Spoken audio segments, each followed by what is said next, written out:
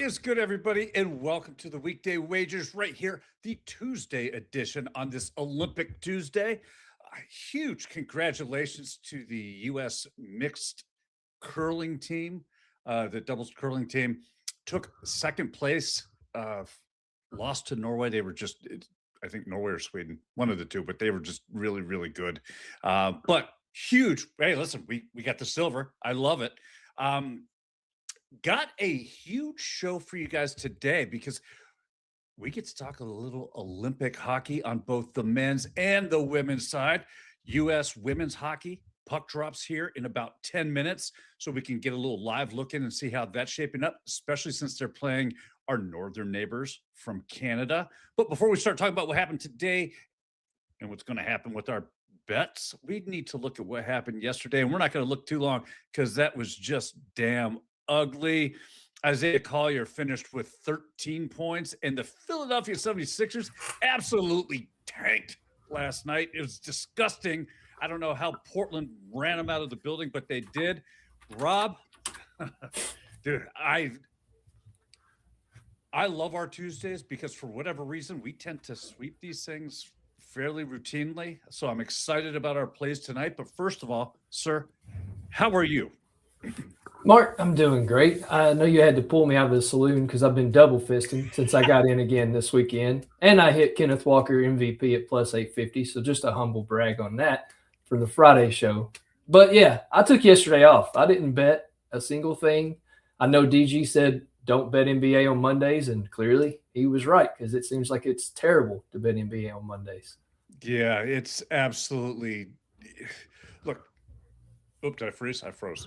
I don't know what's going on. All right. Yeah, Mondays in the NBA are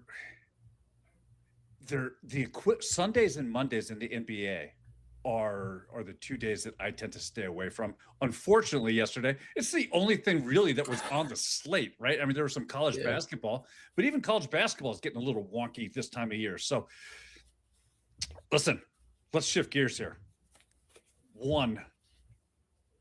Hockey. Women's hockey against Canada dropping here. Puck drop is in 6 minutes. Do you have any thoughts on this game? Yeah, I saw somebody's out for Canada. I feel like it was a big player that she's going to miss this game. And then as Nate put in the chat, Hillary Knight, who's been on fire so far, her anytime goal I think is plus 120. I don't hate that look either. But I think USA can take this game. Yeah, this is going to be – these two teams know each other. They have feelings towards each other that are not so friendly. And you mentioned Hillary Knight. I'll be really surprised if Hillary Knight can stay out of the penalty box in this match. Yeah. Because for those of you who don't know, Hillary Knight, number 23, is probably one of the shortest members of the USA women's hockey team, but by no shortage of really competitive fire and spark that tends to come out. And, let's just say she can get a little chippy, a little bit of an instigator. Reminds me a lot of Brad Marchand. Yeah, it's a good comparison. In the way that she plays the game. So I really enjoy watching her play.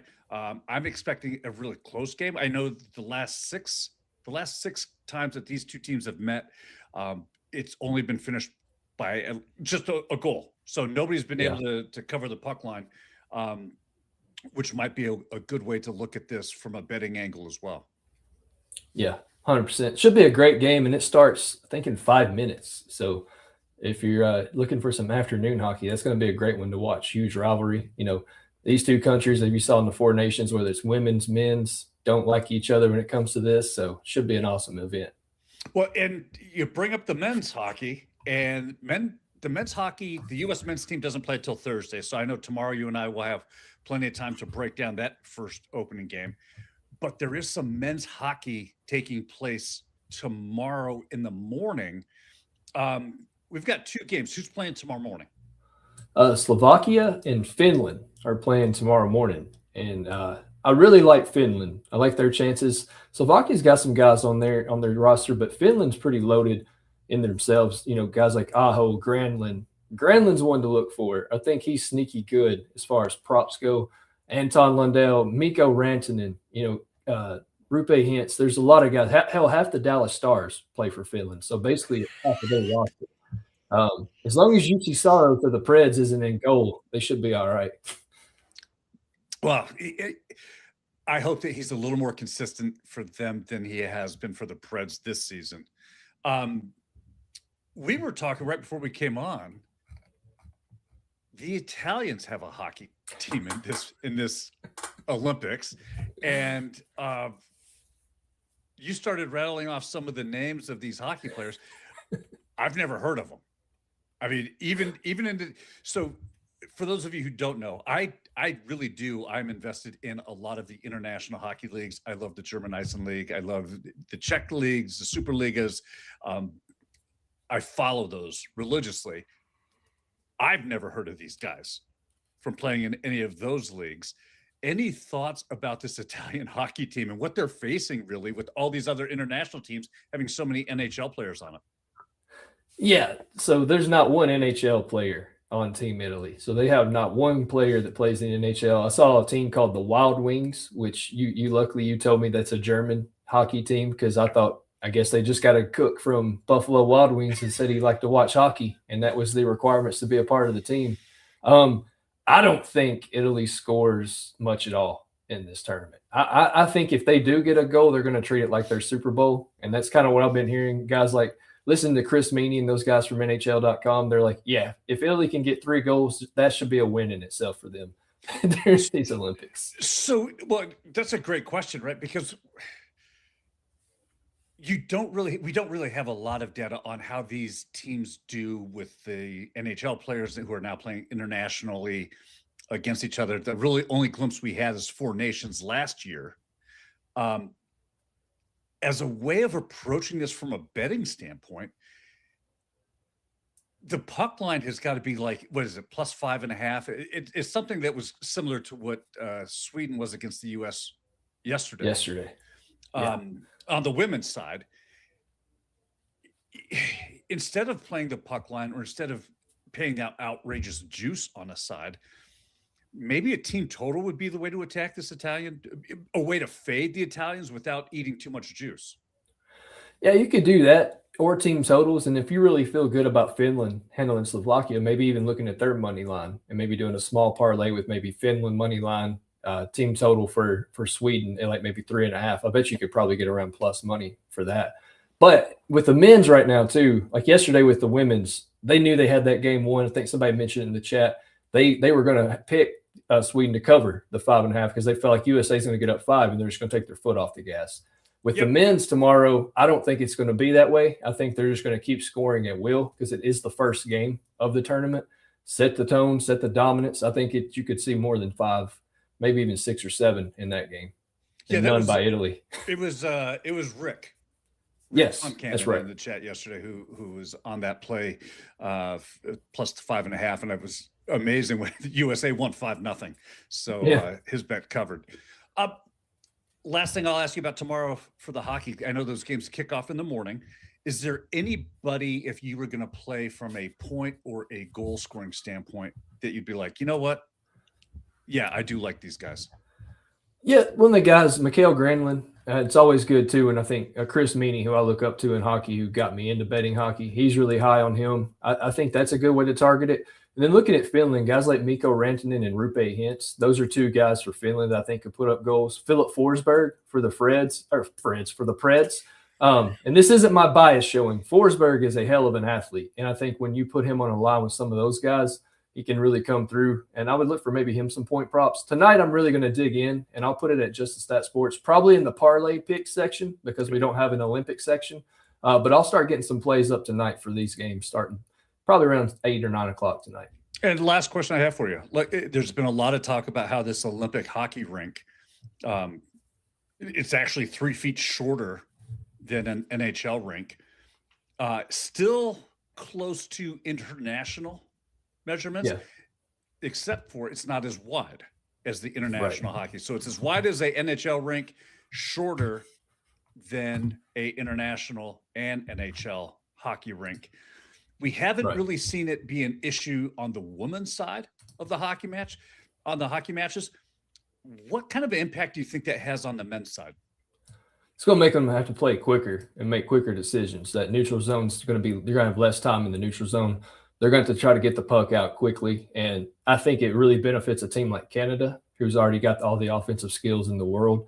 I think it really benefits them more than anybody. You're not going to be able to slow the pace down as much as you would like on the U.S. side as far as a defensive standpoint. So for me, I think it really favors Canada, and just they're legit, man. Dude from can't even think of his name now, coaches Tampa Bay. Somebody in the chat will let me know. He's built a hell of a roster, and he's done it strategically. You and I were talking about Tom Wilson, been on one of the top lines. So if America starts trying to chirp and starts trying to fight, you got a guy who, one, is a good assist guy, and he can fight still. Like, I know he hasn't been as known for it lately, but like you said, don't poke the bear. And he's also a guy you can afford to put in the penalty box because you have so many other guys on that team that's already so good. Yeah, Tom Wilson has really reshaped his persona, if you will, over the last year and a half playing for Washington. He went from being that bruiser, the fighter. When he hit the ice, you knew a fight was breaking out, or somebody was going to get knocked around. He was going to instigate something. He's really moved away from that into that finesse. I'm looking to pass the puck. I'm looking to score the puck type player. And yeah, but that he can still fight too. So yeah. I think that with the U.S. strategy of the Bash brothers and the Kachucks, that's not going to play well when they play Canada. It should be an exciting match because I do agree with you. I think that given how these two teams feel about each other to begin with, that's going to be a very Tampa, Florida type atmosphere. Yeah, and as Nate put in the chat too, the referees are kind of soft over there where they're playing at. So they're going to call things like really easily, like you said, calling roughing, all these things that's going to hurt, I think, the U.S. I think that's going to hurt the U.S. more than Canada, because I know that was our thing during the Four Nations, right? We dropped the gloves with like 3 seconds. And while it's great for entertainment and I love watching it, I want to win gold. Like, I don't care about seeing them fight at this tournament. I want to actually see them win, because I still have a bad taste in my mouth from losing to Canada in that second round. So I hope they can keep their heads. I do think defensively, though, Quinn Hughes and Zach Werenski is going to be a hell of a dynamic duo. They're guys that if you're looking for futures, that I wouldn't mind putting a couple bucks on as far as most points in the tournament. Okay. Those would be two guys to look at. Okay. As Nate says, they brought in Tom Wilson because Hagel and Bennett got his ass beaten at the Four Nations. Yeah, they did. That was great. And it's John Cooper, he says. John Cooper. I had Carpenter in my head for some reason. I was like, I know it's not Carpenter. Cooper. That's right. Gotcha. Well, listen, we have some plays that we got to get to. But before we can do that, we got Seabass here to talk about something. Do you know what he's going to talk about this time? Hey, what's up, everybody? It's your boy Seabass, the only 5-star chef in the game. We all know sports betting is full of bad beats and tough calls, but when it comes to flavor, there's no second guessing. Bassett's Blends is the plus EV lock of every meal. We don't need a stinking model. Crafted with winning spices and bold taste, Bassett's Blends comes in 3 flavors: original, hot, and no salt. That's going to turn chicken, steak, vegetables, any dish into a can't-miss cover every night. With Bassett's Blends, there's no bad beats, no flavor fades, just guaranteed greatness. Check out the link right here where you can pick up your Bassett's Blends for a guaranteed lock every single night. Gotta love those Bassett Blends. Listen, this is my "Are you kidding me" play. We're going to take the LA Clippers and the Houston Rockets first half over 101.5. You can get that at -110. This is absolutely ridiculous, although I do understand why this number is the way that it is. The Clippers are debuting Benedict Mathurin that they just acquired from the Pacers, and he is going to be a legitimate number 2 look for Kawhi Leonard to kind of break free and take that pressure off. So you have a 3-headed monster now of Kawhi Leonard, a 2-headed monster of Kawhi Leonard and Benedict Mathurin. And Mathurin's going to be looked to a lot simply because they got rid of James Harden. James Harden is now in Cleveland. I expect Mathurin to fit in easily. This is going to be his debut for the Clippers. Look for them to get out. They're going to be an offensive-minded team. This number is, we're talking about 102 points. 50 to 52 in the first half gets us past this number. I expect it's what the model has this projected to over 108. So I love this spot for both the Clippers and the Astros, the Rockets to get over that line. Baseball's close, Rob. Yeah, it is. Yeah, it is. Verlander just signed a new deal, and he's going to be 43 next week. I hate my life. But we're going to go with a smart play, and that is Marcus Smart over 10.5 points. I'm not the NBA guy. Don't claim to be the NBA guy. So doing this research for Marcus, I looked at a few things. One, I know Luka's out, so I wanted to see what he does when Luka's not there. He's cashed this in 6 of his last 7 games without Luka. He's covering pretty good minutes. He's averaging around 28.6 minutes in his last 10 games. And the last time he played the Spurs at home, he put up 26 with 8 3-pointers. So I think Marcus Smart can at least get us 11 points in this one. In the chat, if I'm an idiot and not so smart, you can please tell me. But looking at just the data and looking at his minutes and without Luka, I think this is a smart play in this one. Give me Marcus Smart over 10.5 points at -115. Well, you did bring up somebody mentioning something in the chat to help you out. Well, good old Daniel here says, hell nah, F Marcus. So I love the play even more now. Right? That sounds like a sweep. I love Yeah. this. Listen, there is so much. Actually, I do have questions for you. You and I have been talking about, and it's kind of a different kind of take because we do a betting here, and we didn't even talk about discussing this before we came on the show. But we use a lot of sports books. We use sports books for our sports bets and that sort of thing. I have been dabbling with these predictive markets, Kalshi in particular. So Kalshi, if you're listening, call. We can work something out.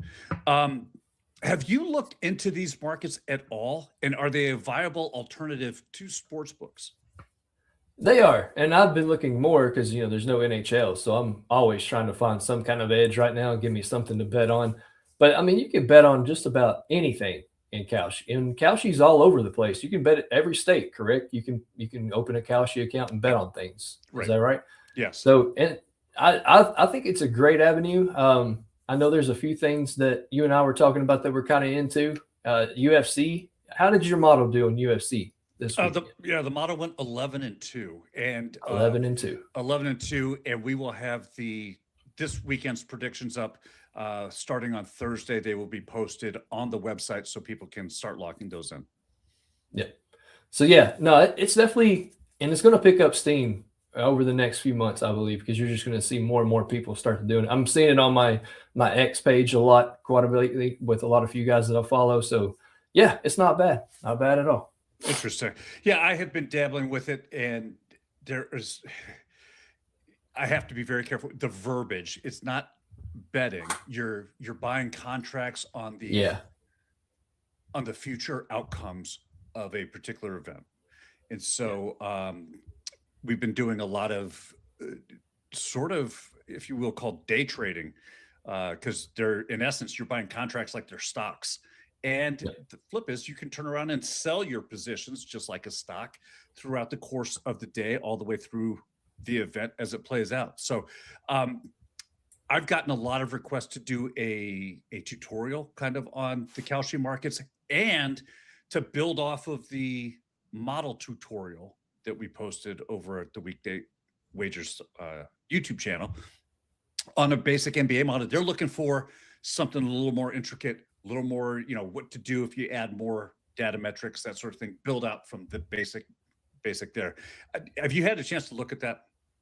I have. Yeah. And it's one of those things, I think you and I you're showing it to me, but we're talking over the phone. So I think doing a tutorial, something that my dumb self can go back and watch over and over again and remember what, like you said, the verbiage, remember what this means and that means. I think that'll be great, not only just for me, but for everybody that wants to start dabbling in that market. But yeah, like the Gators, for instance, it was when they were playing Alabama. I think you told me 2 days in advance buy this contract now because the model, one, thinks the Gators are going to win, and two, you might be able to get people to buy the contract before it starts, so you're already going to make your money back. So I love it. I think it's a great thing to get into, and it looks like Team USA is up 1-0 with 13:37 remaining in the first. Thank you, Miss Kim. Look at that. It's I'm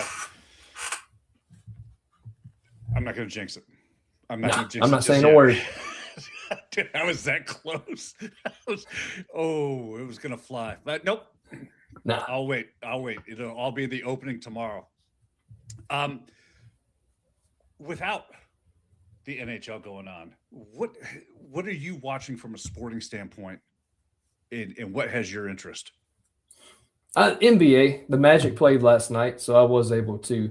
The same place I watched the Royal Rumble, I was able to watch my Orlando Magic play last night. So that was good to see. They were looking bad at first. That's actually a good Kalshi reference. If you're watching in game, Magic were down by like 7 or 8, but they were projected to win by 20. That would be a good time to buy some Orlando Magic stock because they came back and won the game, I think, by around 20. So that was good to see. We also got to see a fight last night with Detroit and Charlotte. So nice when the NHL's off. I can at least still see some fighting. So thank you, NBA, for providing that for me. Were you able to see that fight? Because I do have some thoughts on that.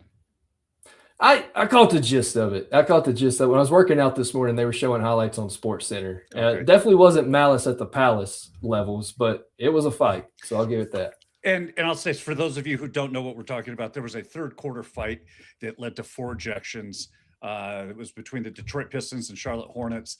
You had Jalen Duren, Isaiah Stewart got tossed for Detroit, Musa Debate and Miles Bridges got ejected for Charlotte. Basically, it started over a foul against Duren, and he and Debate went face to face. There was some headbutting that took place, then a slap. It turned into about a 30-second, 45-second scrum, and all of a sudden, everybody's leaving the bench, and you had people running all over the court trying to break up these the punches. One point, Bridges charged Duren, started exchanging, actually throwing punches, which is something that you don't normally see in an NBA altercation. Yeah. There was somebody got wrapped up in a headlock as well. So it was a legitimate kind of go. But my question is this. The NBA is not known for it. There's a lot of posturing. There's a lot of that, dominating type mentality. But I have yet to see an NBA fight that hasn't looked so damn awkward. So posturing. Yeah. It's the hold me back while I keep talking and screaming, but I'm walking backwards because I don't have any intention of doing this anyway. Yeah. It's the fighting in the NBA seems so out of place, I guess is my point. It looked like guys who are trying to compete in WWE who have no in-ring skills. They try to talk and they try to look tough, and then it just looks awkward, as you said on the television. Definitely not back in the day when you see elbows thrown and you knew it was about to be an actual scrap.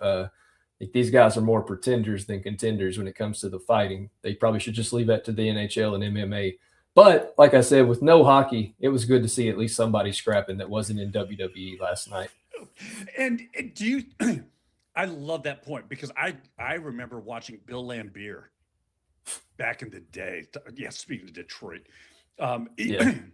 And those were the days where you had the enforcers, right? I mean, even to some extent, Dennis Rodman was an enforcer for the Chicago Bulls. But you had guys specifically like a Bill Lambier who would come in and look, all this jawing and going back and forth and getting real chirpy and chippy. Just didn't happen because the minute you came across the lane, somebody was throwing a shoulder into you and it was going to knock you on your butt. Yeah.